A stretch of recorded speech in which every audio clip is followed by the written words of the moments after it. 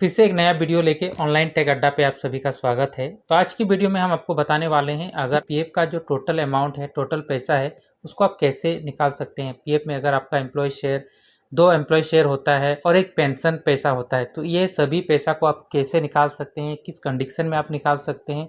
तो चलिए इस वीडियो में मैं आपको कंप्लीट बताने वाला हूँ। सबसे पहले मैं ये बता दूं कि अगर आप किसी भी कंपनी में जॉब करते हैं और अगर आपका पीएफ का पैसा हर महीना कटता है, सभी पैसा को निकालना है, दोनों एम्प्लॉय शेयर को निकालना है, पेंशन का पैसा को निकालना है, या किसी कारण में अगर हमने कंपनी छोड़ दिया है, तो ऐसे कंडीशन में हम अपना जो टोटल पैसा है निकाल सकते हैं। लेकिन इससे पहले आपका जो पीएफ में है उसमें resign date, exit date update होना चाहिए। एग्जिट डेट कैसे अपडेट करना है उसके लिए मैंने ऑलरेडी एक पहले वीडियो बना दिया है, तो जाके आप देख सकते हैं हमारे चैनल पे, या तो मैं डिस्क्रिप्शन के नीचे उसका लिंक प्रोवाइड कर दूंगा, वहाँ पे क्लिक करके आप वीडियो को देख सकते हैं कि पीएफ में एग्जिट डेट को कैसे अपडेट कर सकते हैं।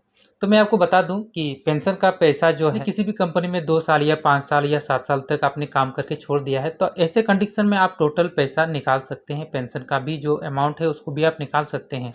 आपका पीएफ अकाउंट में 10 साल हो गया है, तो ऐसे कंडीशन में आपका जो पेंशन पैसा है उसको आप नहीं निकाल सकते हैं। 10 साल के इधर ही, यानी कि 9 साल तक आप अगर चाहते हैं तो एग्जिट करके आप टोटल पैसा निकाल सकते हैं कंपनी को छोड़ के, या पीएफ अकाउंट में भी 10 साल शो हो रहा है, तो ऐसे कंडीशन में जो है आपका जो पीएफ का पेंशन अमाउंट है वो पेंशन में ही चला जाता है। अब वो पेंशन के रूप में जब आपका एज 60 साल हो जाएगा तो उस कंडीशन में आपका पेंशन का पैसा आते रहे। अगर आपका पीएफ में एग्जिट डेट अपडेट है तो ऐसे कंडीशन में आप सभी पैसा निकाल सकते हैं, ये तो मैंने बता ही दिया है। लेकिन उसके लिए जो कौन सा फॉर्म आपको अप्लाई करना है ये इंपॉर्टेंट है। तो सबसे पहले आपको फॉर्म 19 अप्लाई करना पड़ता है। फॉर्म 90 अगर आप अप्लाई करते हैं तो पीएफ का एम्प्लॉय शेयर में दो एम्प्लॉय शेयर में जो आपका अमाउंट रहता है वो सारा पैसा निकल जाता है, वो सेटल हो जाता है।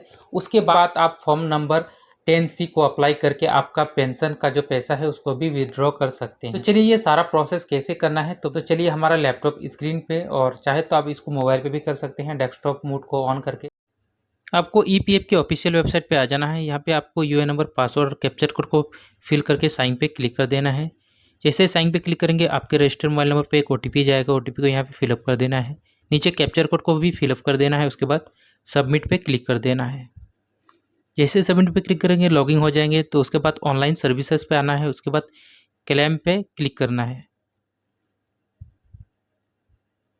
उसके बाद यहाँ पे क्लेम के लिए आपका सारा डिटेल्स जो है यहाँ पे फेच हो जाता है। यहाँ पे आपको बैंक अकाउंट नंबर आपको यहाँ पे फिलअप करना है।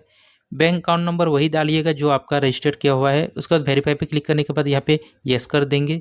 उसके बाद स्क्रॉल करके नीचे आना है। नेक्स्ट आपको प्रोसीड फॉर ऑनलाइन क्लेम पे क्लिक करना है। उसके बाद आप देख सकते हैं यहाँ जो है I want to apply for पे क्लिक करना है। यहाँ पे only PF withdraw form number 19 सबसे पहले आपको अप्लाई करना है, तो इसी पे आपको क्लिक कर देना है। नेक्स्ट आपका एक पॉपअप आएगा, अगर 50,000 से ज़्यादा है तो आपको यहाँ पे पेन डिटेल्स फिलअप करना पड़ेगा। तो सिंपली आपको कुछ नहीं करना है, यहाँ पे आपको येस कर देना है। येस करने के बाद आप देख सकते हैं अपलोड फॉर्म 15G का एक चूज फाइल दिखाया जा रहा है।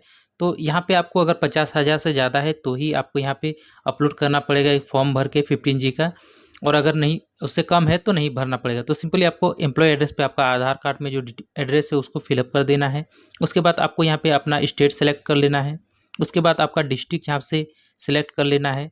उसके बाद आपका सिटी का नेम यहाँ पे फिलअप कर देना है। उसके बाद आपका पिन कोड जो है उसको फिलअप कर देना है।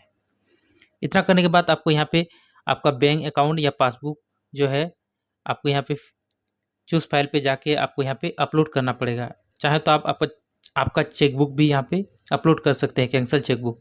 तो सिंपली यहाँ पे अपलोड कर दी है। उसके बाद व्यू पे आप देख सकते हैं कि आपका जो बैंक पासबुक है वो अच्छा से विजिबल हो रहा है कि नहीं, इसका अकाउंट नंबर वगैरह। तो इसको सिंपली क्लोज कर देना है। उसके बाद यहाँ पे टर्म एंड कंडीशन पे टिक मार्क कर देना है।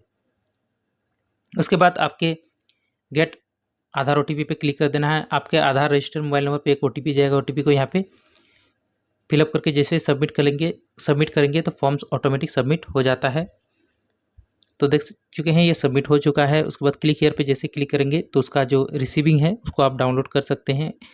इसको आप सेव करके भी रख सकते हैं। इस तरह से आप फॉर्म 19 को आप अप्लाई कर लीजिए।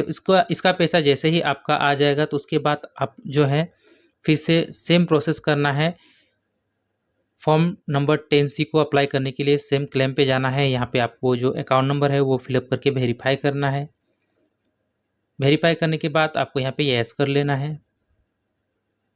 यस करने के बाद सिंपली नीचे आके प्रोसीड फॉर ऑनलाइन क्लेम पे आपको क्लिक कर देना है। उसके बाद I want to for apply पे फिर से आपको क्लिक करना है। क्लिक करने के बाद आपको यहाँ पे only pension withdraw form number 10C यहाँ पे आपको सिलेक्ट करना है।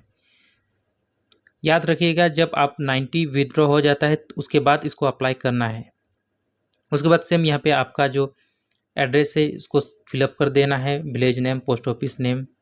उसके बाद आपका स्टेट वगैरह सारा कुछ सिलेक्ट करके पिन कोड वगैरह सारा कुछ डाल के फिर से आपको यहाँ पे पासबुक को अपलोड करना पड़ेगा।